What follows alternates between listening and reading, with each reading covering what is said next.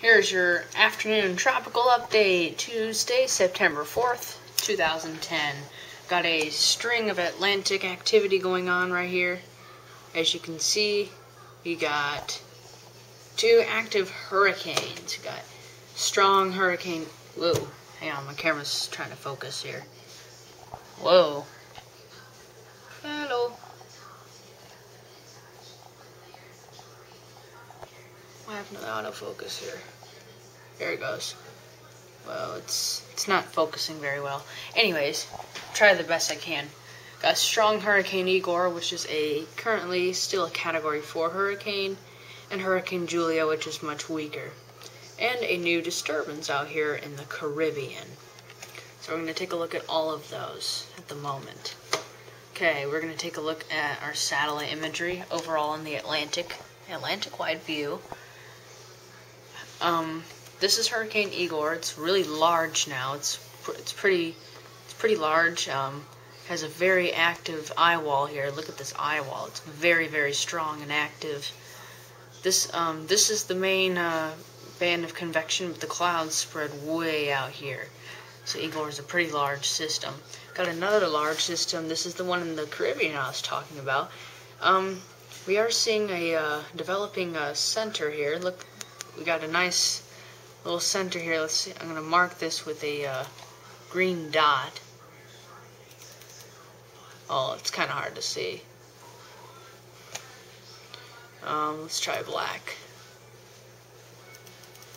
Well, still hard. Yeah, you can see it there. There's a center. It's beginning to develop here. Circulation is beginning to wrap around here, so they're en route currently to figure out what the system's doing at the moment, if it'll become the next system. So that's Igor, the new Caribbean disturbance, and this is a picture of Julia, which we're going to take a closer look in just a minute. Or right now. This is a better picture of Julia. Let's go ahead and zoom in on it. As you can see, the eye wall is very centered. The main area of convection, the strongest convection, is very focused towards the center. So that means Julia's in pretty good condition here. It is forecast to become a Category 2 hurricane. So, okay, here's the center where this black dot is. That's the center. Circulation is just a little bit off, about right here. So that's the main circulation. Take a look at this new disturbance that's not yet emerged off of Africa yet, but this one is another tropical wave, and looks like this one might be another disturbance. So this string of Atlantic hurricanes is going to continue for quite some time. It is not over yet. We're entering the peak now, so this is not abnormal to see one lined up right after another like that. We're going to take a closer look in the Caribbean. We're going to take a close look at Igor and its system here. Look at that. The main, the center circulation is just below latitude 20 north. See, this is its eye right here. So this is its complete dead center where the lowest pressure is. It has a very well-defined center. It's very clearly seen on this map. As you can see, very intense eye wall, really large too. This is where the highest winds are, and these winds in this pink area that's where the hurricane force winds are right now. Anywhere in that, and then elsewhere outside of that is more like tropical storm force.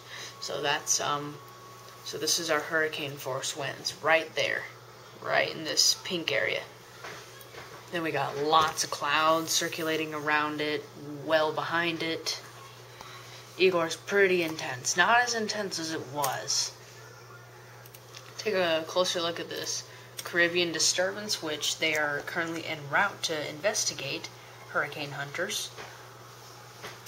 It is, okay, circulation, There's no well-defined closed circulation yet, but there's a lot of convection, and like potentially in these pink areas there may already be tropical storm force winds, or winds that are pretty close to tropical storm force.